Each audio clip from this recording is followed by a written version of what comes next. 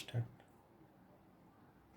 আজকে দেখাচ্ছি কিভাবে সিকিউরিটি পলি দিয়ে ক্যাপ সিলিং করবেন। হ্যাঁ, খুব সহজেই এই মেশিন দিয়ে এগুলোর ক্যাপ সিল কীভাবে করবেন সেগুলো দেখাচ্ছি।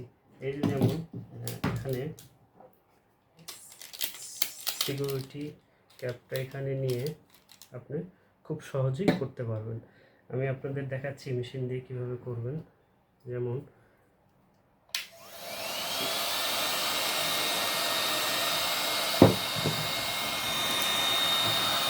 সহজভাবে